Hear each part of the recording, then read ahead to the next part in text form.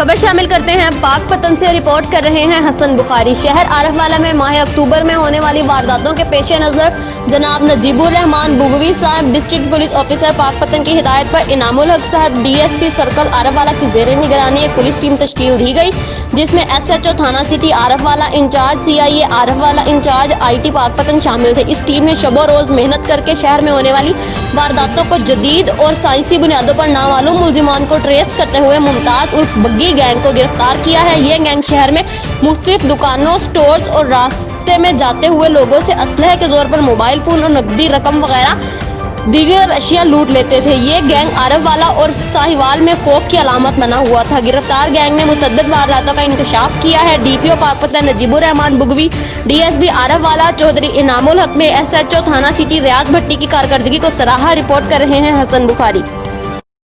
इंसान बसते हैं वहाँ जुर्म होता है।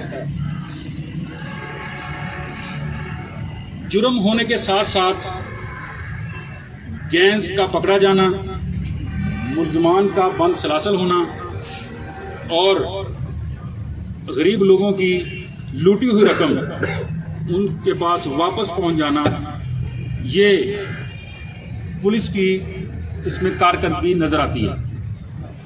और ये सारा आप मीडिया वाले लोग, हमारे भाई, इसमें आप इस ट्रेस करवाने में आप लोग बराबर के शरीक होते हैं और हमें इंफॉर्मेशन देते हैं जो क्रिमिनल लोग हैं उनसे मुतल्लिका, और जहाँ पे क्राइम हो रहा होता है वो आप लोगों की ज़्यादा नज़रें वहाँ पे, क्योंकि आप